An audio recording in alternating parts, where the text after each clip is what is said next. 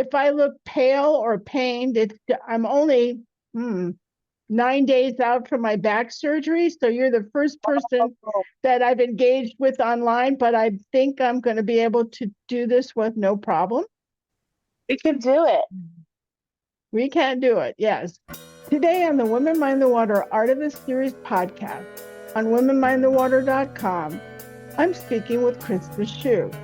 She's founder of Mother of Coral. It's a coral restoration and education organization for citizen scientists. Krista had a career in the corporate world before she decided to work remotely from Panama. In Panama, Krista was able to be near the ocean and scuba dive, unlike her previous situation, which is in high and dry Colorado. Krista set about learning whatever she could about corals, coral reefs, and how to save them. Now, through Mother of Coral, Krista offers courses for others to learn and participate in coral restoration. The Women Mind the Water Art of the Series podcast on womenmindthewater.com engages artists in conversation about their work and explores their connection with the ocean. Through their stories, Women Mind the Water hopes to inspire and encourage action to protect the ocean and her creatures. Krista Shoe saw the ocean for the first time when she was 9 years old. The experience was memorable, so much so that she fell deeply in love with the ocean. As an adult, Krista founded Mother of Coral. She teaches citizen scientists about corals and how to keep them healthy. Krista's work is important because coral reefs are of enormous ecologic, economic, and cultural value. Among other things, coral reefs provide nutrition, economic security, and protection from natural disasters. Mothers of Corals is based in Panama, along the Caribbean and in the midst of the Mesoamerican coral reef. It is the second largest coral reef in the world. Krista's mission is to teach others about corals, why they are important, and what can be done to help keep coral reefs a viable ecosystem. Welcome, Krista. I think it takes a deep commitment to move 3,500 miles from home to a foreign country that is so different from where they started. I'm eager to hear more about Mother of Corals, your work in Panama, and the story about how it all came to be. So let's dive in and hear more about your journey and Mother of Corals. So Krista, why don't we start with where you grew up and what did you know about the ocean before you actually went to the seaside at the age of 9? So I grew up in Reading, Pennsylvania. So not that far from the ocean, but for whatever reason, my family, our first trip to the ocean was Virginia Beach, Virginia, when I was 9 years old. And I still have in my memory this picture of me holding up a crab in the ocean. And I don't have like specific memories about that time, but my mom said they couldn't get me out of the water. So I knew I was obsessed back then. So what was so impactful about that visit? I think that it's a mix, right? I actually, before that, I've always been sort of the little fish who's always in the pool. And so to be in an active body of water was very different for me and be able to body surf and things like that, but also finding little animals along the seashore. You know, this is not something that you experience in swimming pools. And I think the marine life was what really drew me in. So why do you think your original career didn't connect with your passion for the ocean? How did you end up working in the corporate world in a job described as program management and process improvement? Boy, that is really a very dry title.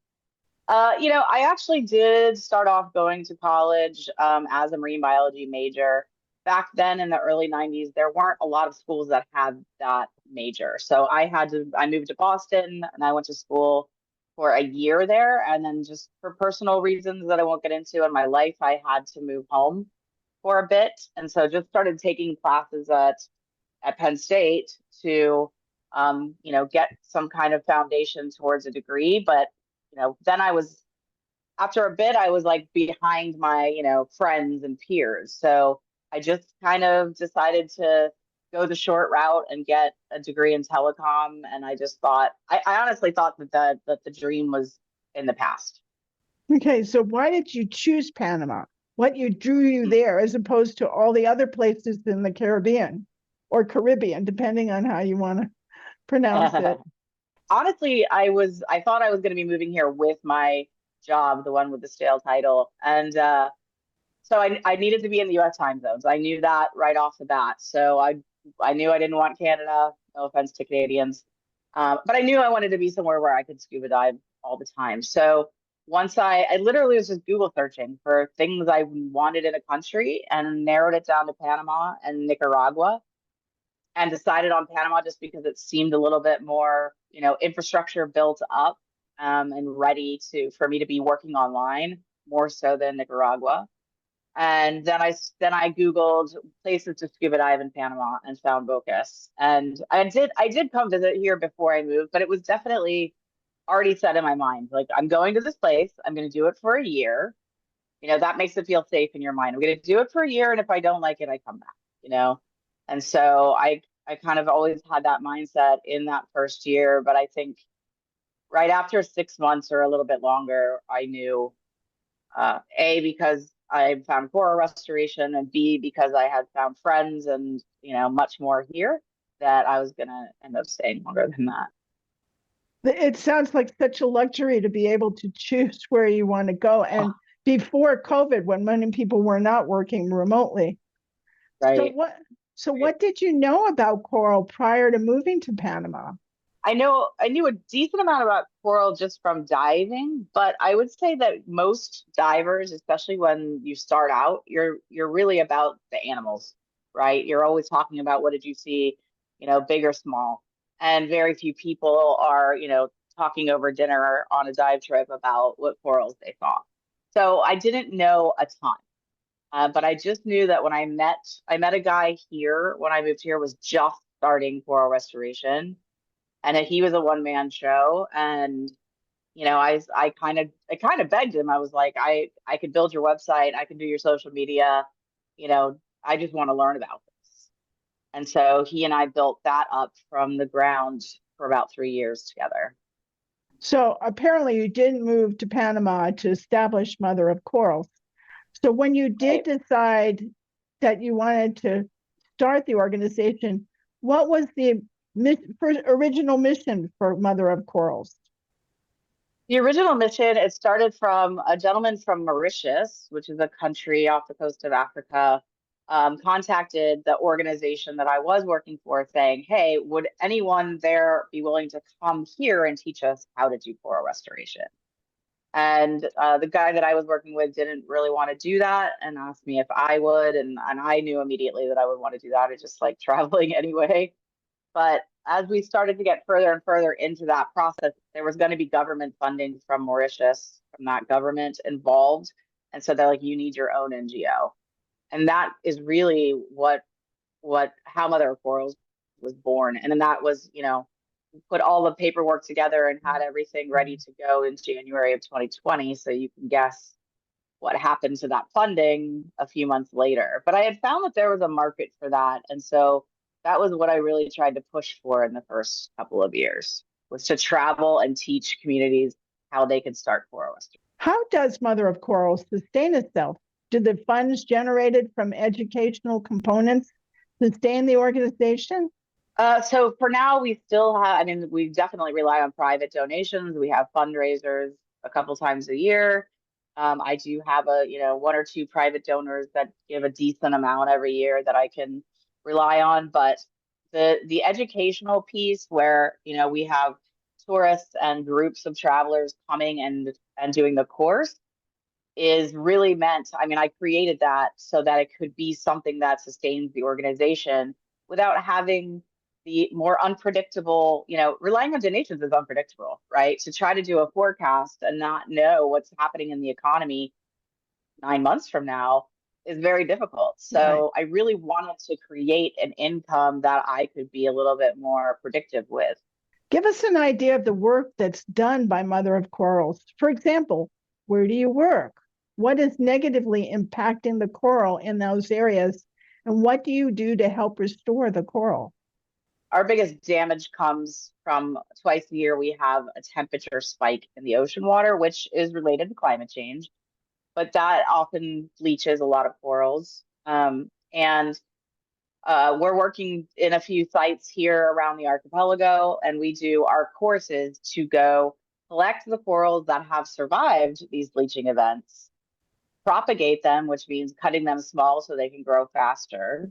And then we install them on artificial reefs, and then we have them near other unique DNA specimens of the same species so that when they are mature enough to spawn and recreate, then they're in theory recreating with the other corals that, are able to withstand the high temperatures.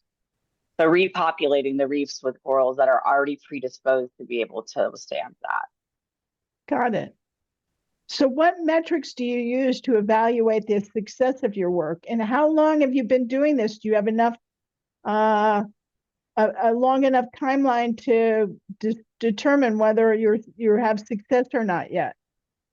We measure water metrics, so temperature, light, dissolved oxygen. We measure uh, fish metrics. So when you're building an artificial reef, you can see the change in the count and the size of the fish that come based on what you plant in the water. So we track that.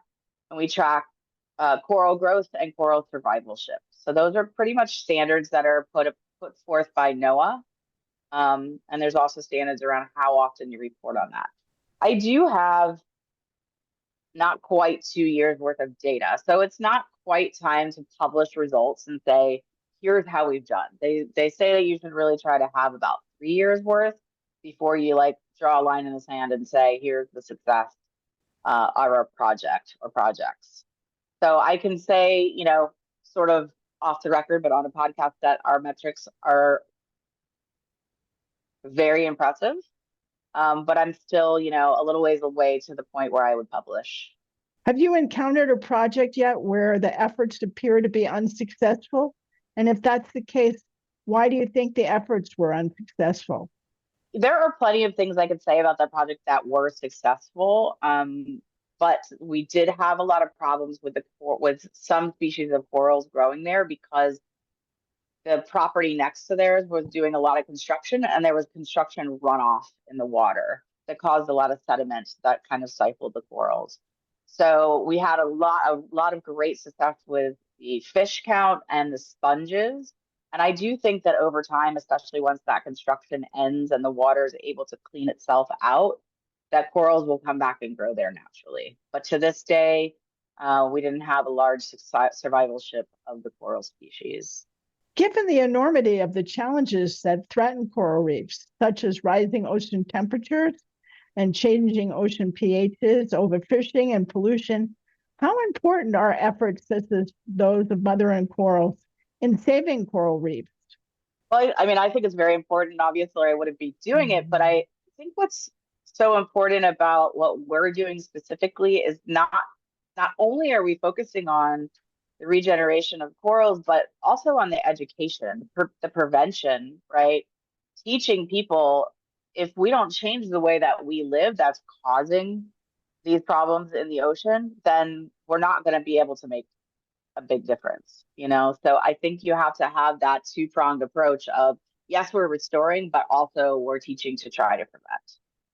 For those of us who don't live in or adjacent to the ocean, how can you generate interest in folks like me so that we want to take action, like writing letters or donating money or coming down and taking one of your, I don't know what we'll call them, camps or workshops on coral restoration? Yeah, I mean, I think there's a lot that people can do inland. A lot of what we associate with being near the ocean, like, oh, let's use reef-safe sunscreen or let's be careful with what we put into the water, applies anywhere just because runoff happens, inland. And so inland runoff goes into streams and streams go into rivers and rivers go into oceans. So I think it's just as important to talk to people about day-to-day living and the importance of how corals affect you, even if you don't live near the ocean. For instance, the ocean produces quite a high percentage of oxygen. And so that's something that we all love. We all love to breathe oxygen. So it's We pretty all need to do it too. Yeah. What are your plans for the future?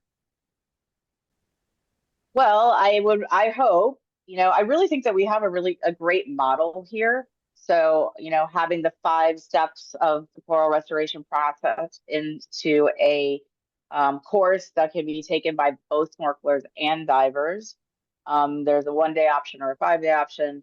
And having that money that comes in from those activities go back into the program and teaching the local youth here, number one, how to scuba dive, and number two, to come through the course. So that funds, those fund each other. And I really think that, it's a provable model to have in other places in the world. So I would love to be able to share this model with other communities and help them get started doing the same. So, Krista, before I ask you the last question, I'd like to tell you, I don't know where your organization, Mother of Corals, is listed as a 501c3, but should you or any of my listeners have a 501c3 registered in the U.S., it could do work anywhere. Besides running this podcast and the womenmindthewater.com website, I am president of the Ferris Olsen Family Foundation for Ocean Stewardship, or FAFOS.org.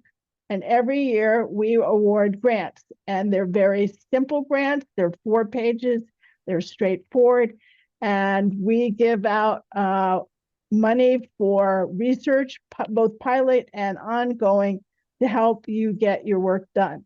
So it might be something that you want to look into for next year or for 2025.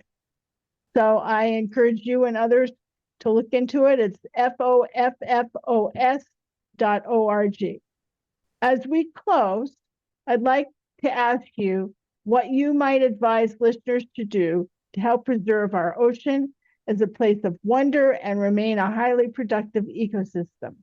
There are a lot of things to say. What I really like to say is very important in this day and age is reduce, right? So we have the triangle of reduce, recycle, reuse, but I think reducing our, what we're buying, single-use plastics, just in general, taking a look at your life and going, what do I need versus what do I want?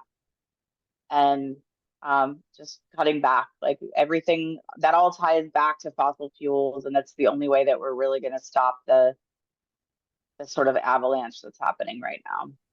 So I'd like to remind listeners that I've been speaking with Krista Shoe, an advocate for coral restoration and founder and Mother of Corals.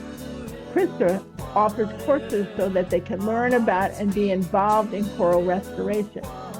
And I will list Krista's site on the womenmindthewater.com website, so you can link to that and communicate with her more about the classes and other things related to coral restoration and Panama. Krista is the latest guest on the Women Mind the Water Art of It series podcast. The series can be viewed on womenmindthewater.com, Museum on Main Street, and YouTube. An audio-only version of the podcast is available on womenmindthewater.com and on iTunes and Spotify. Women Mind the Water is grateful to Jane Rice for the use of her song, Women of Water. All rights for the Women Mind the Water name and logo belong to Pam Ferris Olsen. This is Pam Ferris Olsen.